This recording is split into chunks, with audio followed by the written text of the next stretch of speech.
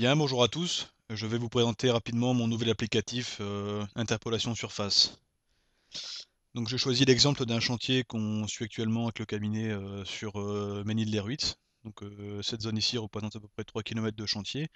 Dans ce chantier, on est chargé de contrôler le nivellement des couches et de dessiner tous les profils en travers de la route. Donc je vais vous faire un petit exemple de l'applicatif sur une succession de profils en travers pour dessiner donc, le profil en travers d'un bassin de rétention d'eau, dans le but de calculer des cubatures. Voilà, donc première chose que je vais faire, c'est créer ici une suite de profils en travers sur le bassin numéro 3. Donc voilà, tabuler.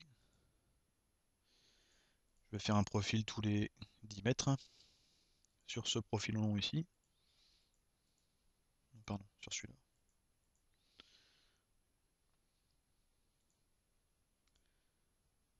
Voilà. Et ensuite, je vais appeler mon nouvel applicatif interpolation surface. Donc la fenêtre se présente ainsi. On a donc plusieurs cases de sélection. Une première case de sélection des profils en travers qui sont à traiter. Donc voilà, je vais les sélectionner. C'est ceux qui viennent d'être créés. Donc là, ici, 23 profils.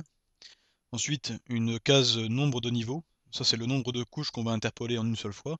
Donc pour l'instant, on peut aller de une couche à 19 couches. Donc si je saisis un autre chiffre que 4, ici, la fenêtre va se redimensionner en fonction du nombre de niveaux choisis. Donc, dans cet exemple, je vais interpoler 4 surfaces en une seule fois. Donc je vais interpoler le terrain naturel, donc qui n'est pas présent à l'écran mais que je tracerai tout à l'heure, le bassin ainsi que les terres de remblai des blés. Et le quatrième niveau, ce sera un niveau dans lequel je vais mettre à la fois le MNT du bassin plus celui des remblais, afin de créer donc une couche remblée dans le profil en travers. Voilà. Donc le but de cet applicatif, c'est de pouvoir donc interpoler plusieurs surfaces à la fois et surtout de les faire arrêter sur une ligne que va saisir l'utilisateur. Donc pour ça, je vais saisir cette ligne, je vais tracer une ligne simple. Voilà. Donc une ligne à gauche des profils et une ligne à droite. Ce sera en fait une ligne d'arrêt sur laquelle les profils en travers, en gros les profils en travers n'iront pas se dessiner au-delà de cette ligne.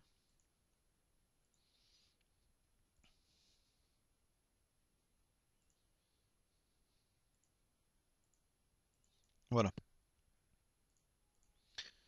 Donc ensuite, je viens de prendre l'applicatif. Donc là ici la sélection des profils en travers est retenue. Je vais ensuite sélectionner donc euh, le niveau dans lequel je vais ranger la surface qui se trouve à côté ici. Donc là pour celui-là, c'est le terrain naturel. Je vais saisir tout de suite. Bon, il n'est pas visible à l'écran, mais bon, je vous montrerai tout à l'heure. Voilà. Ok. 201, ce sera les terres de remblai ici. 170, le bassin. Et 180, les deux. Ensuite, limite à gauche, c'est une case qui permet donc forcément de cliquer la ligne de dessin d'arrêt à gauche. Donc c'est dans le sens de parcours du profil en long. À droite, c'est la même chose.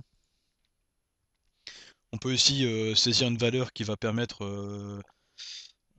de s'arrêter. Donc, je veux dire, admettons, si la limite à gauche se situe à plus de la valeur qui est saisie ici, eh bien c'est la valeur là qui sera retenue pour la distance d'interpolation du profil en travers. Et là ici c'est une case qui permet de forcer, d'ignorer ces limites d'arrêt pour les profils et d'imposer directement une distance d'interpolation à droite et à gauche fixe. Donc ensuite on clique sur OK et puis le calcul s'effectue. Dans le cas où la sélection de surface est vide, un message d'erreur affiche donc sélection vide et passe au niveau suivant. C'est une petite correction que je viens d'apporter ça.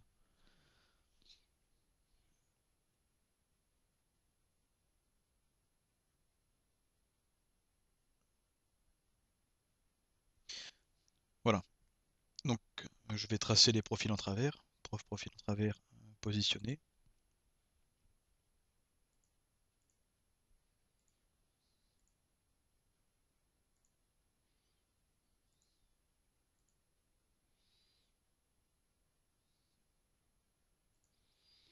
Et comme on peut le voir, donc je récupère l'interpolation de toutes mes surfaces, donc 1, 2, 3 avec le remblai et 4 avec le terre naturel, en une seule fois. Voilà. Et la longueur ici d'interpolation des profils, donc on la retrouve ici, c'est bien arrêté sur la ligne de dessin. C'est que si je zoome là ici, j'ai la ligne qui s'arrête pile sur la ligne dessinée par l'utilisateur. Voilà. Donc l'intérêt que ça peut avoir, c'est que, mettons pour ce chantier ici, on a à peu près une dizaine de couches, si on compte le terrain naturel, le décapage, toutes les couches de la route, ainsi que d'autres MNT levés, les mouvements de terre qu'on aurait pu lever au préalable. Ça permet de faire l'interpolation de tous ces MNT en une seule fois, donc c'est assez pratique. Donc par exemple ici, on a l'interpolation de 113 profils d'un coup avec 12 MNT pour obtenir des profils de ce genre-là. Voilà. Donc cet applicatif il est disponible sur le forum.